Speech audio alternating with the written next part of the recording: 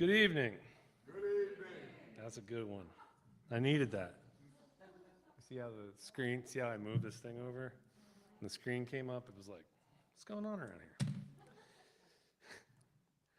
My name is Cleve Corner. I'm the manager of author and speaker engagement here at the Pratt Library.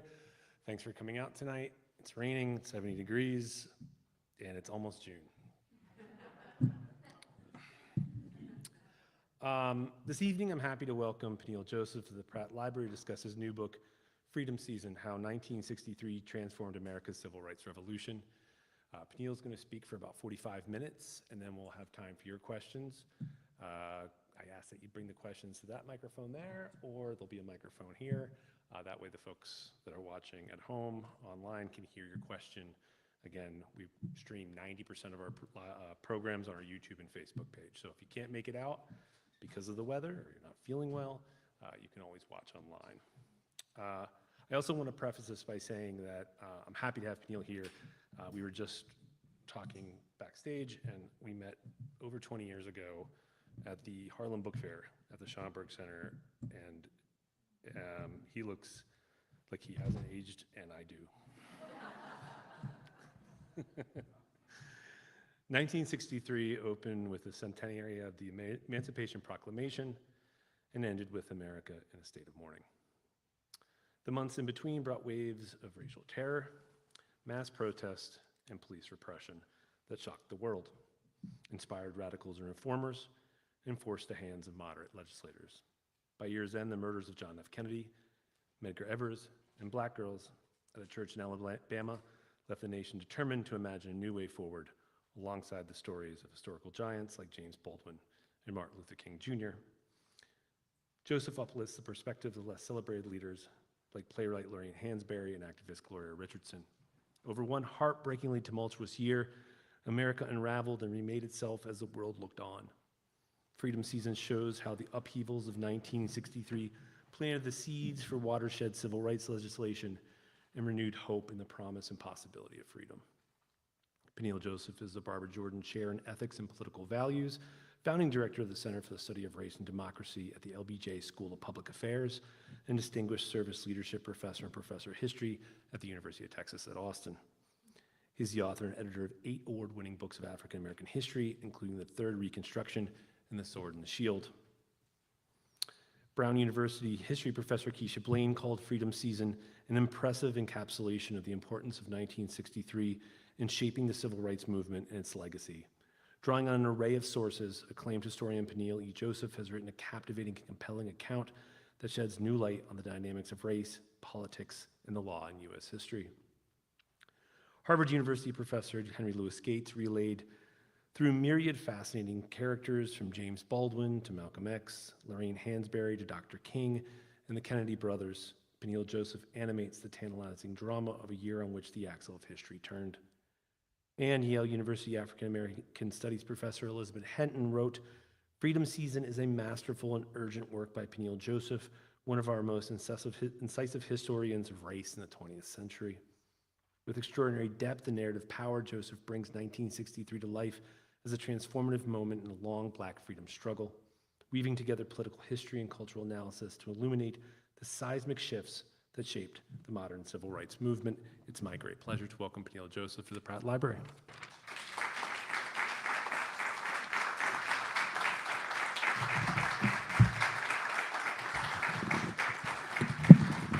Okay. Thank you, Cleve, for that introduction, and thanks for everyone who came out here this rainy evening in Baltimore, including my family. So, it's going to be very conversational, and then we're going to have a Q&A. A little bit about me and myself and what's drawn me to write about 1963, including Mark Barnes, a great friend from graduate school, is here, one of my partners from many decades ago at this point. So my name's Peniel Joseph, and I'm a native New Yorker, born and raised in New York City. I'm the fortunate son of Haitian immigrants who came to the United States in 1966. And my work as a historian really builds upon the activism and the thought leadership of my mother, who passed away 2 years ago, Jermaine Joseph, who was my first historian and my first teacher in so many different ways. And so this is the first book that I've ever written that was about a single year. And I wrote Freedom Season really inspired by the research that I had done on the civil rights and the Black Power era, including biographies of Stokely Carmichael, Kwame Ture, a dual biography of Martin Luther King Jr. and Malcolm X, a narrative history of the Black Power movement, and a recent history called the Third Reconstruction, which really looked at 3 different periods of Reconstruction in American history and argued that the period from 2008 really to the present constitutes a third Reconstruction in American history. And with Freedom Season in 1963, I think what's so extraordinary about just looking at 1 year and doing the research on 1 year is the way in which you allow the different histories and social movements and the ideas that are competing room to breathe. So you don't have to, when you're writing a biography, and I've been a victim of this, you have to move on to the next year because you're doing a whole life, right? And your publisher will not give you 250,000 words to do the whole life, right? You're contracted to do a certain amount of writing, and you can't do any more. And even if you do more, they cut it, right? Unless you're Bob Caro, unless you're Bob Caro or one of these luminaries. And so with Freedom Season, I was really able to look at 1963 and look at figures like Gloria Richardson, Lorraine Hansberry, certainly the Kennedy brothers, Malcolm X, Martin Luther King Jr., and James Baldwin is a through line. He's an anchor throughout this whole story. And when you look at 1963, you find incredible parallels, which I'll discuss later, to the present. So much of the polarization that we feel right here in 2025 existed in 1963. So much of the political divisions that are rife right here in the United States, you feel in 1963. So much of the anger that is on display in America and around the world right now, you feel in 1963. Now, certainly there are also differences. The presidential administration in 1963 under the Kennedy administration, it's really the Kennedy brothers. It's less a Kennedy-Johnson administration than a Kennedy-Kennedy administration, because Bobby Kennedy, for almost 3 years, under President John F. Kennedy, serves as not so much as Attorney General, even though that's what he's called and that's the cabinet post, right? But he's really a domestic and international prime minister for the country. He's the last person who's in the room when JFK does a decision, and he's really becomes Kennedy's alter ego on race matters. So exploring the Kennedy brothers was really interesting, but also exploring the way in which you see bottom-up change and transformation that year. So I would argue that the change is coming from the bottom up. And by bottom up, I mean the young student activists who are part of the Student Nonviolent Coordinating Committee, SNCC. I mean the work of Medgar Evers, who's one of the characters in this book, and Peniel Evers in Jackson, Mississippi, and throughout the whole state of Mississippi. The work of Gloria Richardson, who's really a brilliant and really under-recognized activist who transforms race relations in Cambridge, Maryland, along the Eastern Shore, and is the most well-known female civil rights activist in the nation in 1963, really to the chagrin of the Kennedy brothers, who find her militancy too radical and off-putting, but really to the delight of somebody like Malcolm X, who says that she's the person we should all be listening to, and says it publicly, and leads a standing ovation for her in Detroit in November of 1963, and they develop this professional, tight relationship. And then there's someone like Lorraine Hansberry, and Lorraine Hansberry is really a a literary and intellectual genius who, again, is somebody who's under-recognized. Certainly the author, the playwright of A Raisin in the Sun and LeBlanc and The Sign in Sidney Brustein's Window, and just young, gifted, and Black. She's a Black international radical feminist, Marxist, who really serves as a kind of mentor to James Baldwin. Her politics are much more radical earlier than somebody like Baldwin. Baldwin in the late 1940s and early 50s is really an Ellisonian Cold War liberal. And part of the reason Baldwin is that he's escaping the poverty of Harlem, one of 9 children, grinding poverty in Harlem, friends with Richard Avedon. He happens to be a Black queer genius. There's no place for that in the United States of America in 1945, 46, 47, 48. Baldwin would have died had he not left the United States. That's how resolute the United States was in terms of its anti-Black racism, right, in that context. So Baldwin goes to France, and Baldwin finds patrons, but they're patrons who are part of the Partisan Review. They're patrons who are part of the New Leader.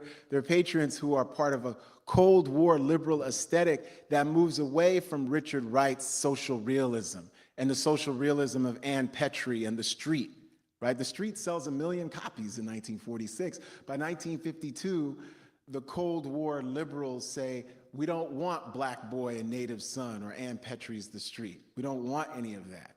We want individuals who are really articulating a kind of color blindness in the late 40s and early 50s that's going to become the bedrock of neoconservatism and the colorblind racist ideology that we see has gripped the United States' federal government with the anti-DEI and the anti-woke and the anti-affirmative action, not just rhetoric, but policies of the present, right?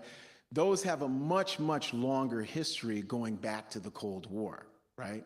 And so when we think about 1963, the people we see from James Baldwin to Bobby Kennedy to Gloria Richardson to Lorraine Hansberry to Medgar Evers to the young students who are part of SNCC, these are all folks who are being radicalized by the period and have also, through their own actions, helped to radicalize debates over dignity, citizenship, freedom, and democracy. And I'm gonna break down what I mean by dignity and citizenship especially.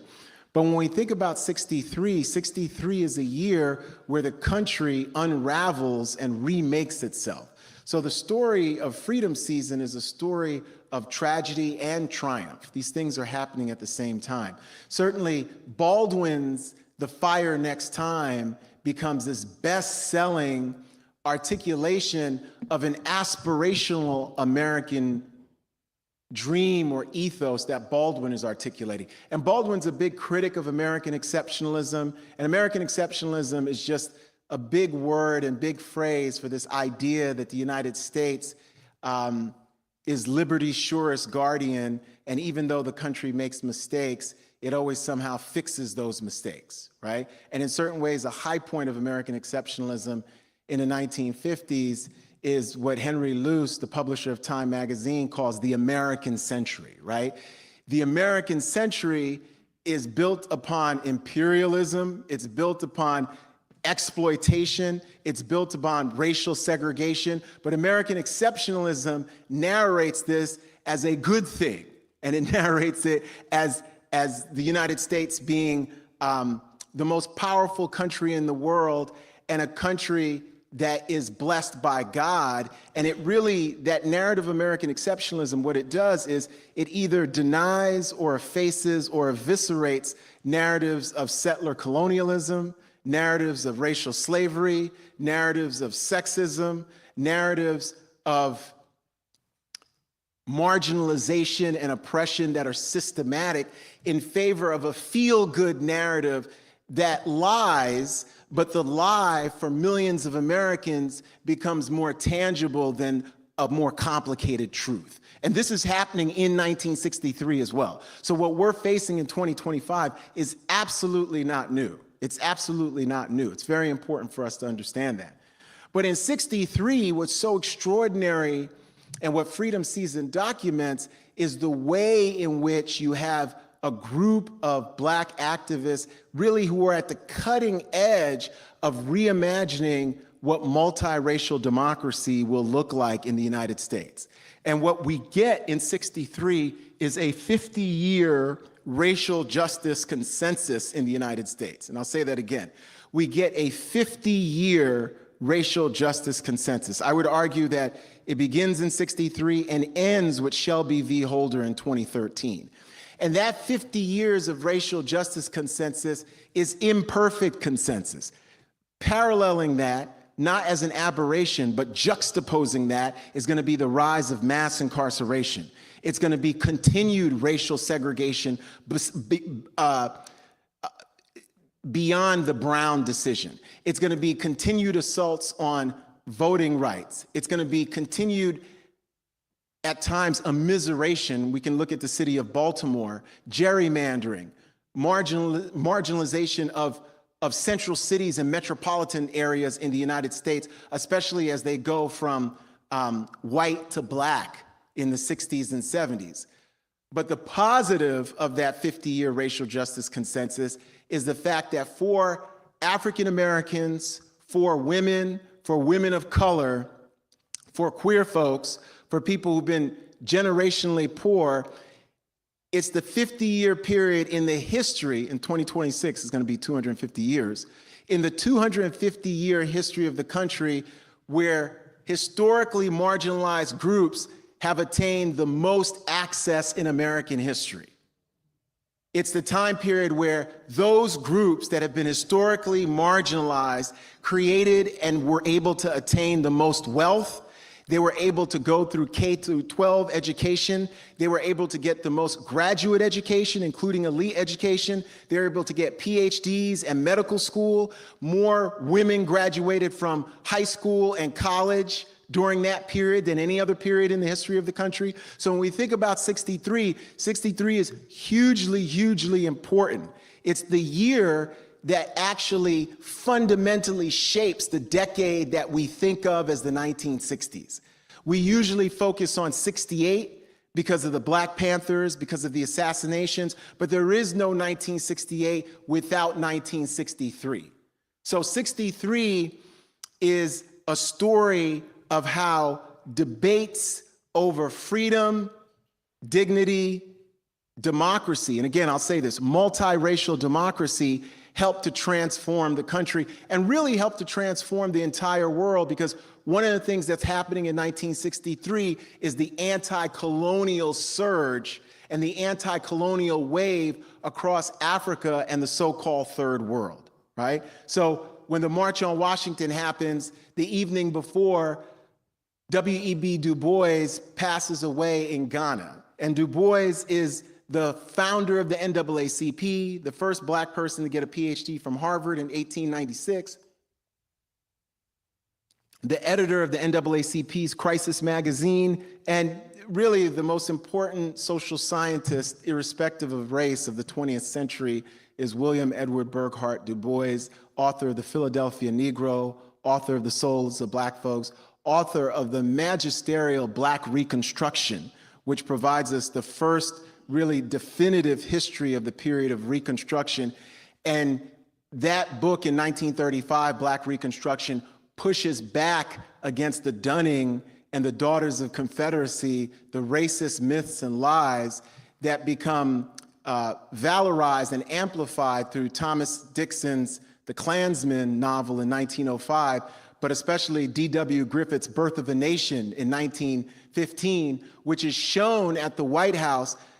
Woodrow Wilson, one of the most racist presidents in American history, and I'll say that again, Woodrow Wilson, one of the most racist presidents in American history, who segregates the federal workforce, just like the current president is segregating the federal workforce and firing African Americans. Woodrow Wilson was first, right? When we think about MAGA and Make America Great Again, former president of Princeton University, who believes in the lies about Reconstruction. Instead of Reconstruction being an effort at multiracial democracy to reimagine citizenship and dignity for all people, Wilson believes the birth of a nation and then Gone with the Wind lie that Reconstruction was a period of Black men trying to assault white women. Reconstruction was a period of Black people who had no intelligence trying to vote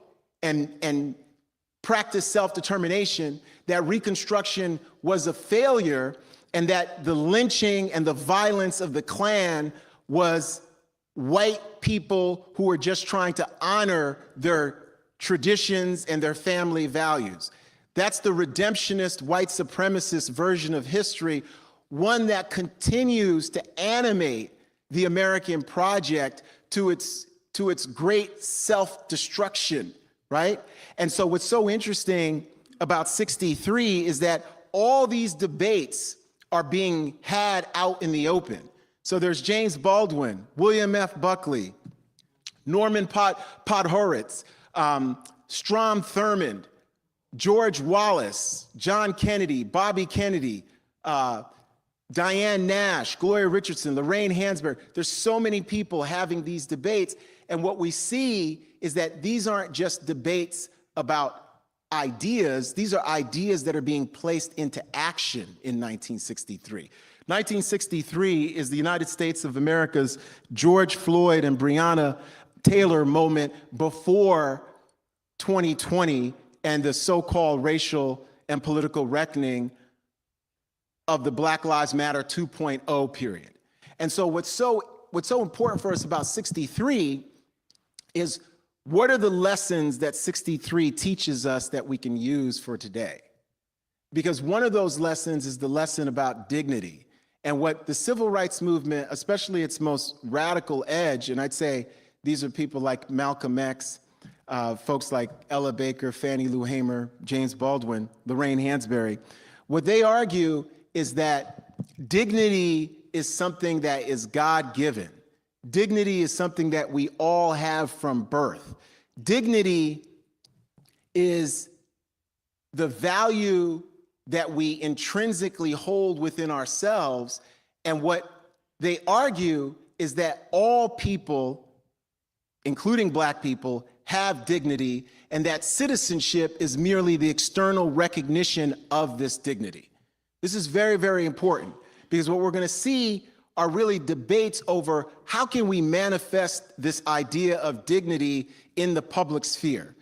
Martin Luther King Jr. is going to advocate for what I've called Black radical citizenship, whereas Malcolm X is advocating for Black radical dignity. For Malcolm X doubts the sincerity of not just the American people, but American political institutions to externalize Black dignity in the wake of the original sin of racial slavery and its afterlife of Jim Crow and racial terror and segregation and anti-Black violence and the immiseration of Black people in the United States and globally.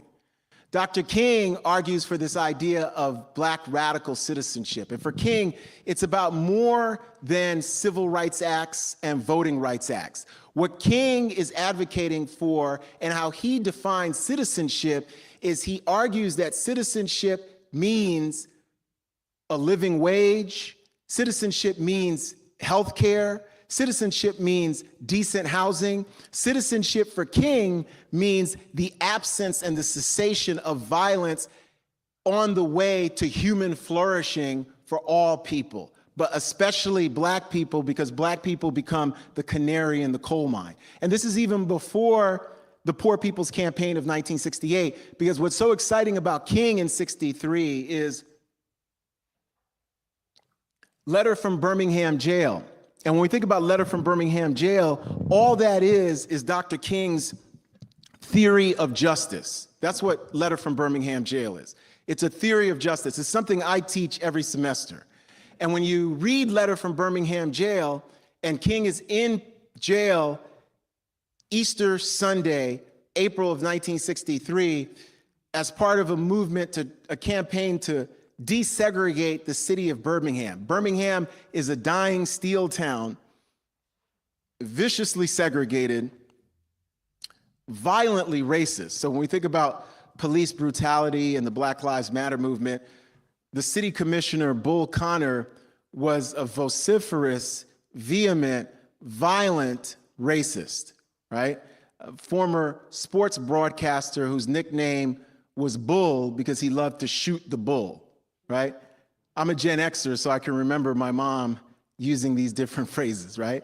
So these are phrases that are sort of going out of the lexicon the older we get. That's what's so interesting about aging. One of the many things that are interesting about aging. And when we think about Eugene Bull Connor, the police brutality, the violence, what Dr. King writes in Letter from Birmingham Jail, he's answering white clerics and clergy and church members who are saying that the campaign in Birmingham is ill-timed and shouldn't be happening. And he's saying why we can't wait. And in Letter from Birmingham Jail, Dr. King says he understands the Klan, he understands the white supremacists, the white citizens councils, the massive resistance much better than white liberals. Because he says white liberals claim to be allies, but they're more interested in an unjust peace than the disruption that comes with the pursuit of dignity and justice in the United States. So that's King's breaking with reform in Letter from Birmingham Jail. That's King breaking with the milquetoast liberals. That's King breaking with the moderates. For Dr. King, nonviolence was always three things: muscular, powerful, and coercive. I'll repeat myself. For Dr. King, nonviolence was always three things: muscular, powerful, and coercive.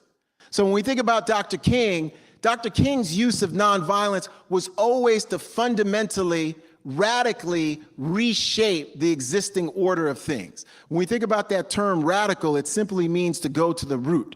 King was interested in radical change on his way to becoming a revolutionary. And when we think about King's notion of revolution, he wanted a substantive transformation between the way in which governments, in this case, the American government, treated its citizens, the way in which citizens perceived their government, and the way in which citizens perceived each other. Those were the three parts of King's revolutionary practice or praxis. I want to talk about Baldwin for a few minutes and then close for questions and answers. James Baldwin is really one of the most important political activists and theorists and intellectuals and public intellectuals and writers of the 20th century. Baldwin's The Fire Next Time is published January 31st, 1963. It's two essays, both of which had been published the previous year. The letter to his nephew had been published in The Progressive in 1962. Down at the Cross, the second and longest essay, his most famous essay ever, had been published in the November 1962 issue of The New Yorker under the editorship of Wallace Shawn. 20,000-word essay. At the time, it was the longest essay that ever appeared in the history of The New Yorker, and it appeared under the title, A Letter from a Region in My Mind. And what Baldwin does in The Fire Next Time, which becomes a bestseller, which finds him at the pinnacle, the peak of his popular celebrity in the United States and the world. He meets up with Bobby Kennedy. Jack Kennedy is talking about him. LBJ is talking about him. And he becomes this hugely important avatar for 63. What he attempts to do in The Fire Next Time, and so much of that essay is based on a 1961 dinner at the home of Elijah Muhammad that was set up and brokered by Malcolm X.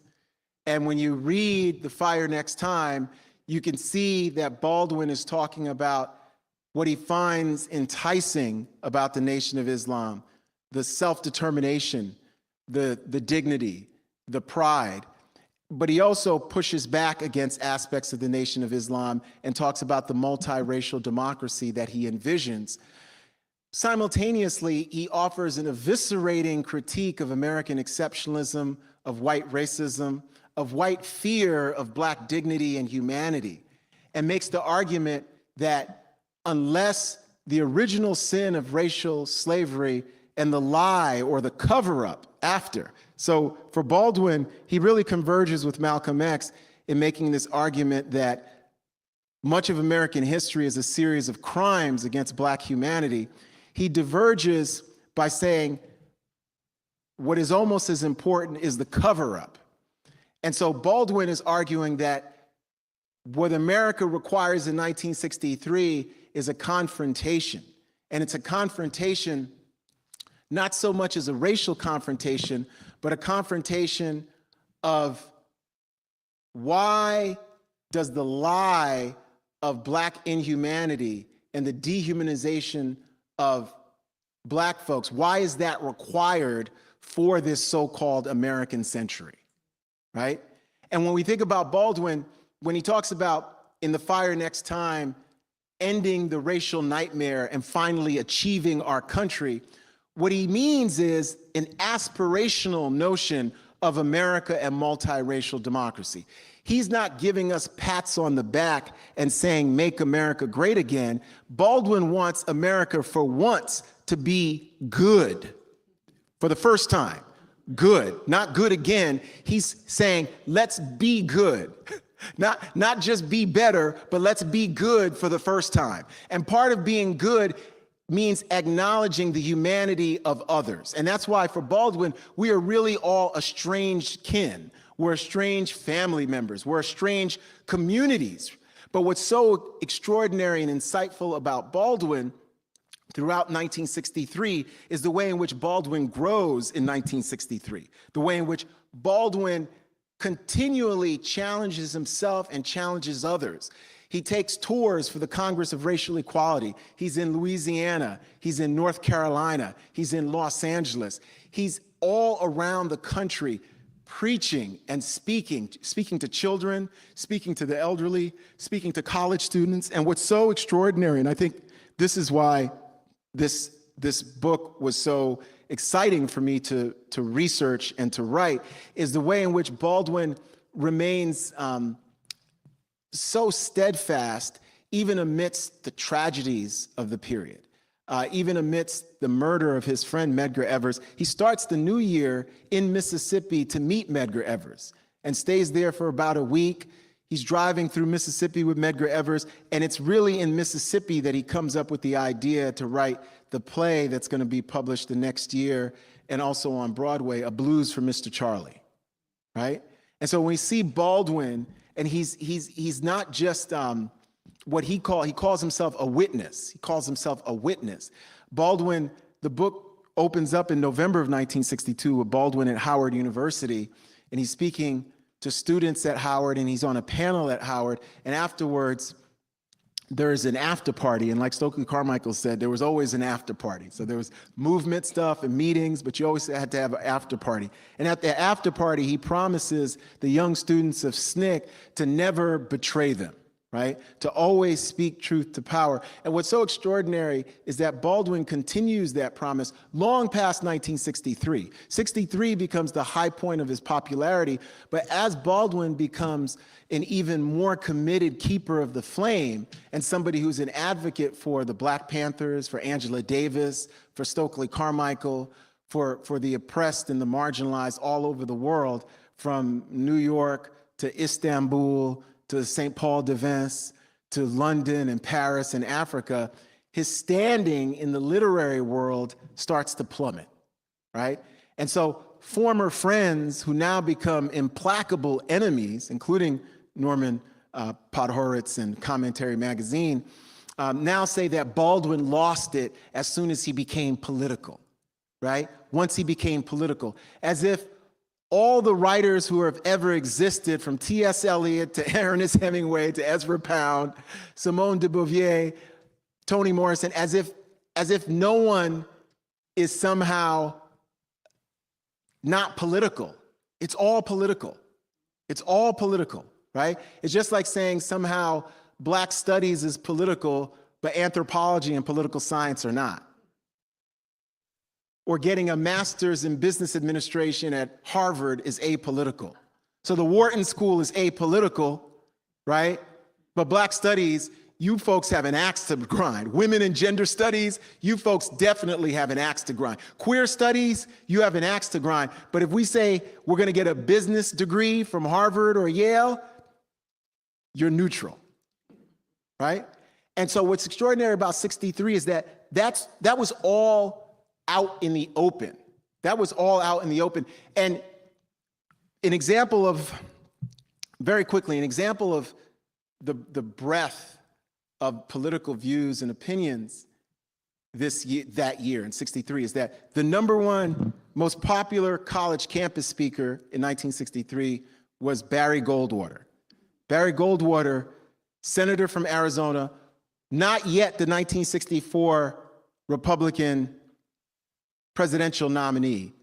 Nelson Rockefeller was the leading contender in 63. Goldwater, it seemed it wouldn't happen.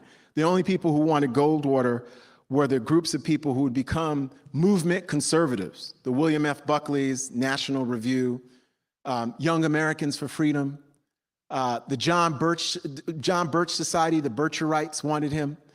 The #2 most popular campus speaker was Malcolm X. So Barry Goldwater, Malcolm X. And so what's so interesting is the resilience of those who are interested in justice, the resilience of those who are interested in this struggle for dignity and citizenship, the resilience and the belief that not only that ideas mattered, but that people could organize on behalf of those ideas and make those ideas tangible to millions of people and make them so tangible they were capable of transforming institutions and forcing the country to confront long, long histories of injustice and inequality. For a moment, let me talk about 2025 and some of the lessons that could be learned from 1963. I think one of the biggest extraordinary lessons is about ideas and organizing. What you see in 1963 is an effort across political spectrums, but certainly when we think about the civil rights movement, to organize for dignity and citizenship, but really to organize for multiracial democracy from the bottom up. And that organizing took place nationally. This was not a regional movement. This didn't just take place in the South. It didn't just take place in one part of the country. This was happening all over the country. And this was also happening around the world. We, in the United States, were inspired by what was going on in South Africa, by what was going on in Ghana, Kwame Nkrumah's Ghana, what was going on by the end of 1963 in Jomo Kenyatta's Kenya. Kenya becomes independent December 13th, 1963. What had happened with the tragedy of Patrice Lumumba and the Congo crisis that was raging in 1963 globally. We were also inspired by revolutions that were happening all around the world. So this was a really global movement and moment. And in some ways, I document that not only from the civil rights activists, but also Kennedy and Kennedy's 2 speeches in Germany in 1963, which June of 63 represents a high point for the Kennedy administration, both the civil rights speeches that he does on June 9th, 10th, and 11th, and then the speeches in Berlin and Bonn, Germany, the Ich bin ein Berliner speech, and others there. When we think about the global connotation, this is really, really important as well. And right now, the United States is turning its back on the world, amplifying xenophobia, amplifying Islamophobia, amplifying anti-Semitism, amplifying queer and transphobia, amplifying all kinds of hatreds and injustices with a global megaphone in the exact opposite rhetorical tradition of what happened in 1963. So one of the lessons is one about organizing around ideas. Another lesson is that rhetoric matters, right? I think a lot of people thought before the last 12 years that having a president of the United States, quote unquote, pay lip service to civil rights was sort of worse than, sort of the worst thing imaginable. And now we're seeing that the worst thing imaginable is having a president who says that they don't support civil rights and don't support human rights, both for American citizens, both for those who are undocumented and around the world, right? And so rhetoric matters. The third thing is this idea of resilience. One anecdote from 1963 is at the March on Washington, the American Nazi Party is at the March on Washington, August 28, 1963. George Lincoln Rockwell at the March on Washington.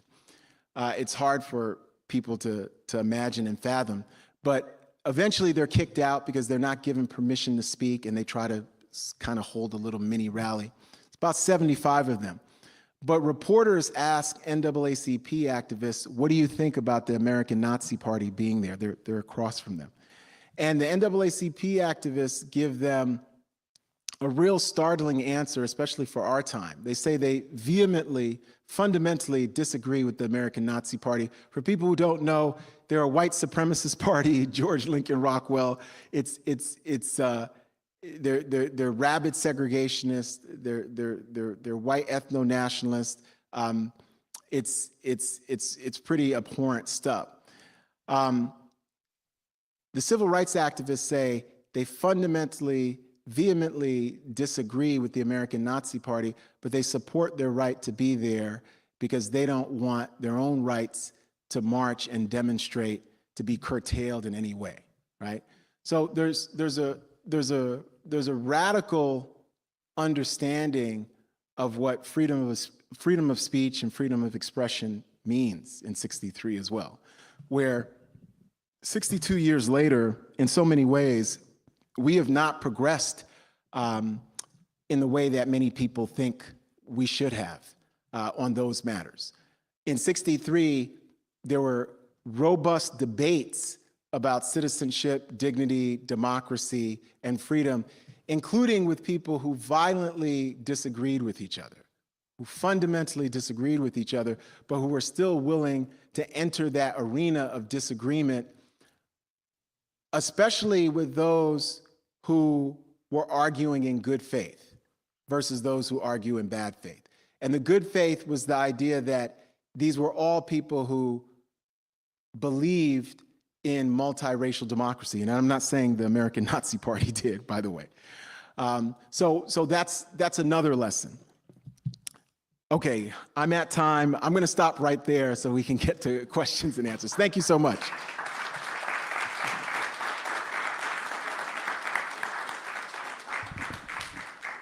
So as I mentioned, we have about 15 minutes for your questions. You can bring your question to this microphone here or to the one on the other side where Brittany's standing.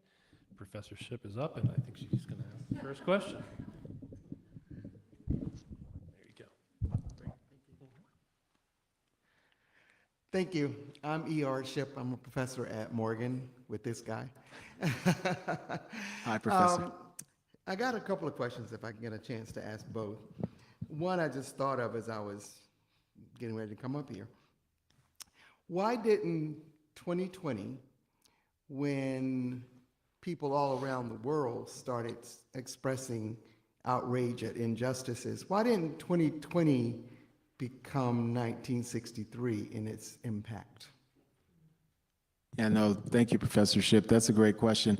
You know, I think part of it had to do with the fact that our institutions are more oligarchical now than they were in 1963. So part of this has to do with a lack of campaign finance reform. Part of it has to do with a 50-year right-wing turn in the Supreme Court since the Burger Court, since the Warren Court changed to the Burger Court and then became the Rehnquist and the Roberts Court.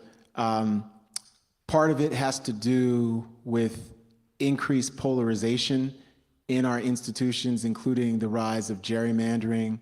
I think fundamentally the biggest legal decision of the 21st century, and I think Citizens United and Parents versus Teachers and end of affirmative action, end of Roe v. Wade, but I think that Shelby v. Holder, for me, changes the electoral algorithm, and it changes American history. So I think that 2020, in retrospect, we were fortunate in the 1960s, at least the early part of the 60s, that when these big fundamental hinge moments happened, there were, it's not even just a single administration, but there was still a post-World War II Cold War consensus that we could mold and shape at times to get a '64 Civil Rights Act.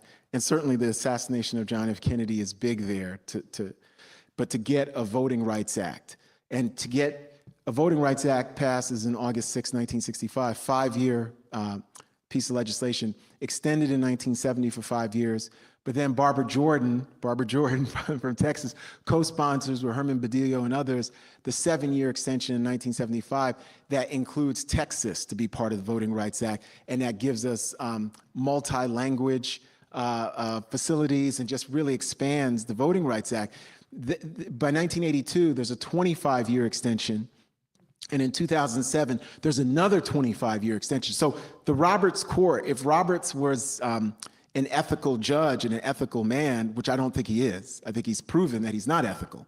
But if he was ethical and had a moral framework, the court wouldn't have even considered that, Shelby v. Holder, because Congress had decided already. So it's 25 years. And if people want to change that, you let Congress and the people decide, right? So what's so interesting about Shelby versus Holder, and that's June of 2013, it's about 50 years from the day, late June of 2013, it's about 50 years from the day of JFK's June 11th civil rights speech and Medgar Evers' assassination on June 12th, is that without that decision, what you're seeing within the course of the Democratic Party and sort of Obama and that coalition in 2008 and in 2012 was a few things that scared a whole lot of people. Was that one, when Obama was at his most popular, he won 69 million votes to 59 million in 2008, he only gets 43% of the white vote. He wins 31 states, about 365 electoral votes, 31 states in the District of Columbia, with only 43% of the white vote. What's so extraordinary is that by 2012, his white vote declines. He goes from 43% to 39% of the white vote. About 2 million less white voters vote from 2008 to 2012 in the presidential election, and 1.8 million new black voters appear out of nowhere. One of the interesting phenomena about Obama in 08 and 12 is that more black people vote for him the second time than the first, because many people didn't think he could win the first time, right? But he goes from 43 to 39%, only loses 2 states, North Carolina and Indiana, and still is at around 335, 340 electoral votes. So both of them are electoral landslides for Democrats running in races without third parties, because the Bill Clinton elections of 92 and 96 always have asterisks there because of Ross Perot. Because in 1992, Bill Clinton only won 42.8% of the vote in 1992. But he wins because Ross Perot gets about 19.5, 19.8% of the vote, right? And then by 1996, Bill Clinton still doesn't get 50% of the vote. He gets 49 point something because Ross Perot still gets about 10% of the vote, right? So when you think about Bill Clinton and his electoral strength, there's no strength there without the third party. Because in 1992, when he wins, over 57% of the electorate voted for somebody else. And that's why the Clinton phenomena and the so-called third way and the triangulation and the throwing black people under the bus and the sister soldier moment and all that racism was always so unnecessary, because 57% still didn't vote for Bill Clinton. He was saying, blasting Jesse Jackson, blasting poor black people, Bill and Hillary Clinton, because it's a team. And it still didn't work, but they continued to do it with the welfare reform and the crime bill, right? Because I don't think Bill Clinton has an ethical framework either, or that regime. Because I don't think scapegoating people is ethical, right? So, but he wins because of the third party, right? So when we think about why 2020 was not 63, we were dealt a bad hand in 2020, both vis-a-vis the administration, because if Hillary Clinton had been president in 2020, different Congress,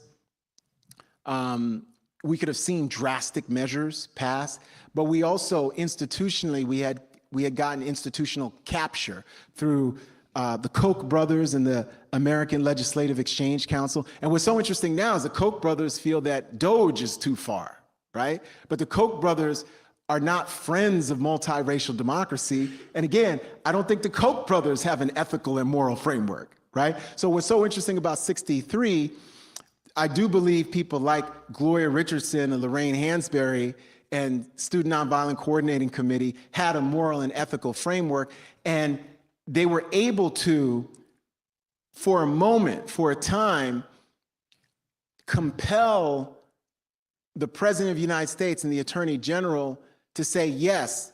And it's a great part of the Kennedy speech. He says, "We preach freedom and democracy around the world." He says this on June 11th, 1963. He pauses, and this is so, I love it. I mean, I laugh every time I see it. He pauses and says, "And we mean it." It's extraordinary. He pauses and says, "And we mean it," right? So something is compelling him, and he says in that, he uses the word moral several times. King had been in meetings with him at the White House saying, "You've got to say this is a moral issue." James Baldwin had said, "You've got to say it's a moral issue." Malcolm X didn't believe they would ever say it because Malcolm X said that American democracy is nothing but American hypocrisy. And what's so interesting about Malcolm throughout his evolution in 63, I would challenge anybody, especially now in 2025, think about Malcolm and what Malcolm had said about democracy. Now, if you think about it, 2008, the night Obama was elected, everybody's gonna say Malcolm was wrong. Everybody's in tears in Grant Park, 2008, right? And Grant Park was where 40 years earlier, before Obama was elected, demonstrators had been routed by brutal police and who were chanting anti-war slogans. And there's great documentary footage of white and black demonstrators being brutalized, and they're chanting, "The whole world is watching" in 1968. And what they mean by "the whole world is watching" is this idea, it's a repudiation of the lie of American exceptionalism, right? It's a repudiation, saying the whole world is watching. Your vaunted democracy is nothing but violence and terror, domestically and globally, with what you're doing to Vietnam and around the world, right? Very, very interesting. By 2020, it's very, very tough to shame and push and compel when these institutions have been captured, and when you have politicians saying, "Make America great again," and what they mean by that is a return to the America of birth of a nation and redemptionism and white supremacy and the violent lynching and the murdering and the whole scale marginalization and subordination of black people through peonage, sharecropping, convict leasing, the evisceration and the super exploitation of black people, right? So to me, that's why it didn't happen. What we want is to get to a moment where we're able to, like Dr. King says in the drum major speech in 1968, February, he says that he's not interested in an easy consensus. Dr. King says he's gonna mold and shape consensus through his activism and through taking bold and courageous stances, which is why on April 4th, 1967, at the Riverside Church in New York, Dr. King says it's gonna be a bitter but beautiful struggle to change the United States. And he says there comes a time when silence is betrayal.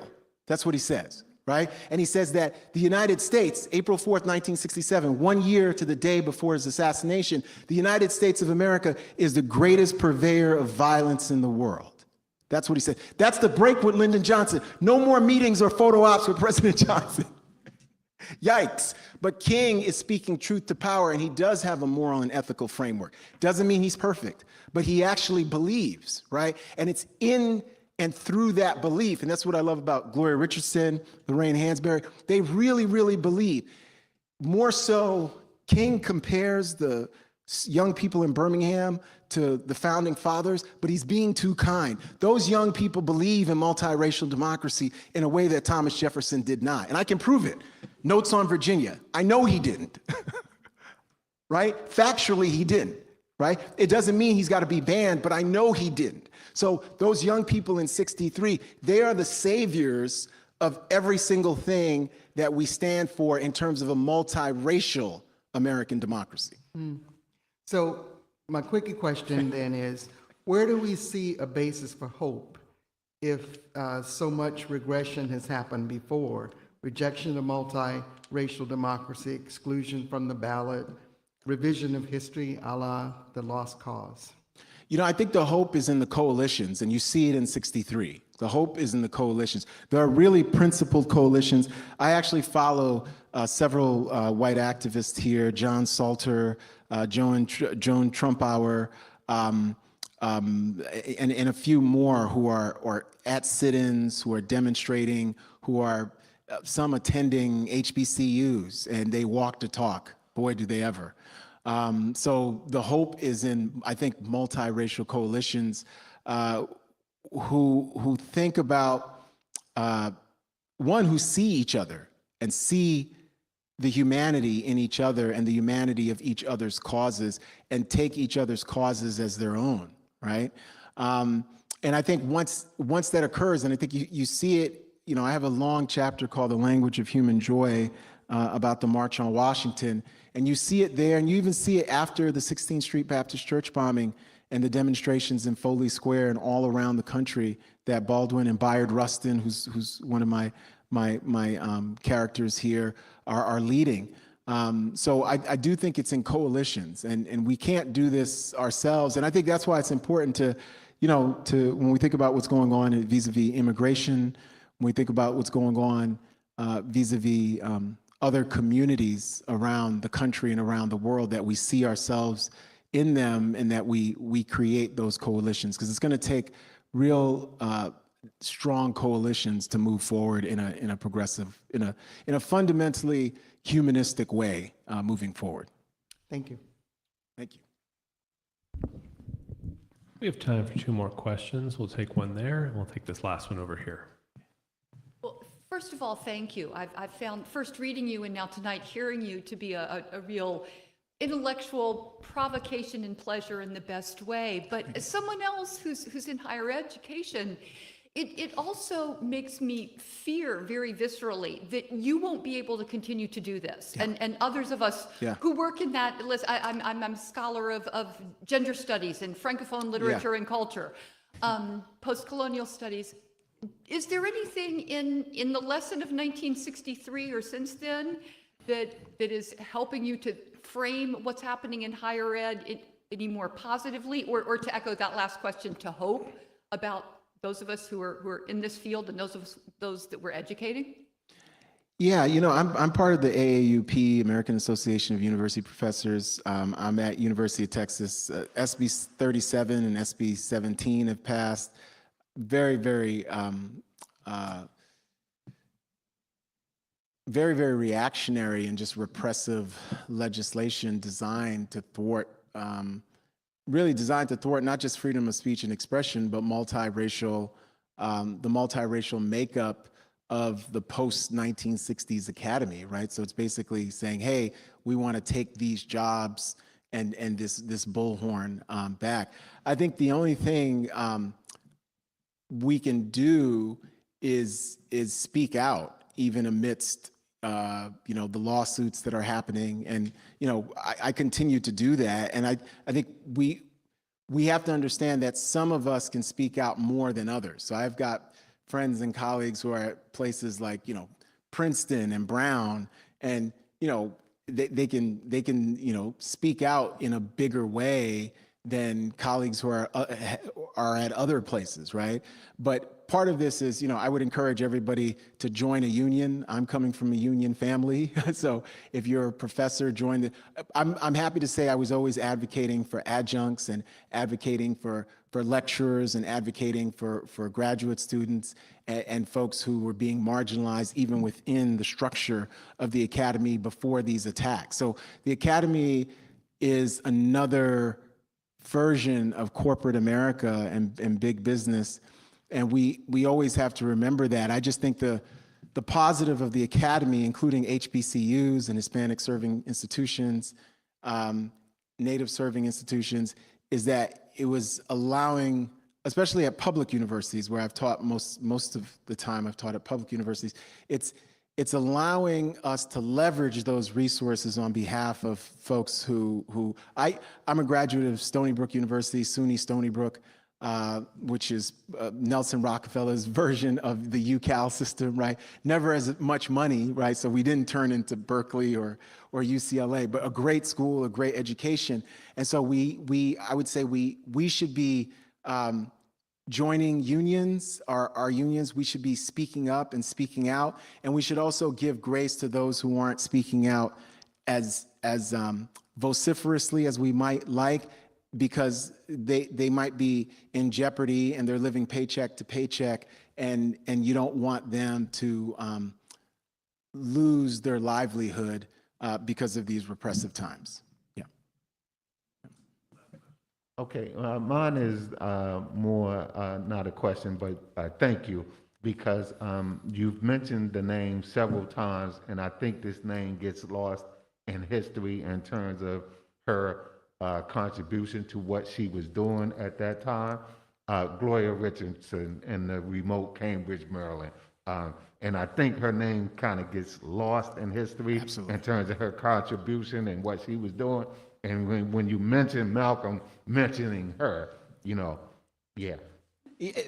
And Gloria Richardson, she mentors Stokely Carmichael. She mentors Reggie Robinson. She's 42 years old, Howard University graduate, single mother of 2 young daughters, who's willing to go to jail, who's teaching, who's an attentive listener, who's a fierce negotiator and negotiating with Bobby Kennedy face to face, visiting the White House, unimpressed by JFK and pomp and circumstance, and tells people that to their faces.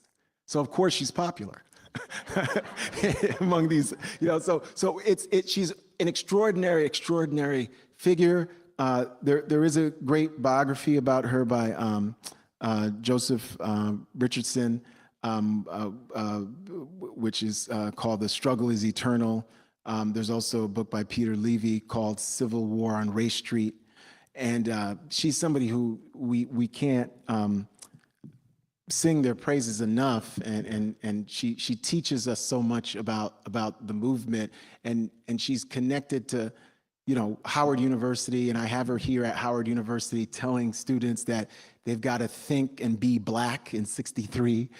Obviously, Malcolm X is suitably impressed, right? And so she's somebody who we always have to make sure we see as a huge part of the story as it unfolds. And by focusing on a year, you can show somebody like Gloria Richardson and their real indelible impact on the movement. Yeah, I think her name just gets lost. I don't think a lot of people really know the name as they should. And I hope this book helps rectify that. Yeah. Yes, thank you. Please help me thank tonight's author, Peniel Joseph. Thank you so much.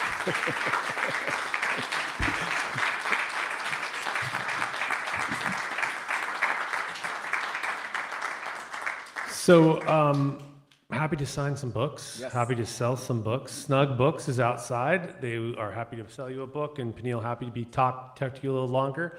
We'll be out there in about 5 minutes. Thanks a lot for coming out. Thank you so much. Thank you.